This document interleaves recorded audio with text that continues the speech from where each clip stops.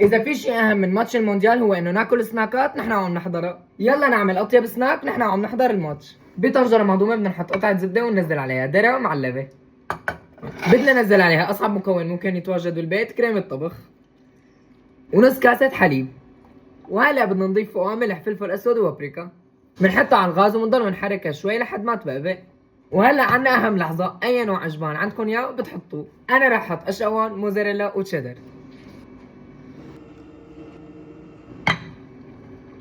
وهلا على الغاز بنضل عم نحركها لحتى تذوب الجبنه، وانا عم يذوب قلبي. واخيرا اطيب سناك رح يخلص. يلا تعالوا نجهزه سوا. بدنا اي نوع شيبس انتم بتحبوه.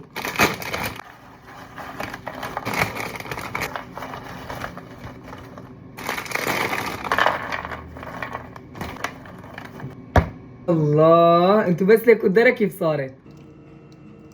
وهيك صارت اطيب صينية سناك جاهزة لتحضروا الماتش. واكيد ما رح ننسى ندوق. يعني بصراحة اذا فريقك خسر ما عندك غير هالسناك يعوضك على الخسارة. بحبكم كتير كتير، بشوفكم بالفيديو الجاي. باي باي.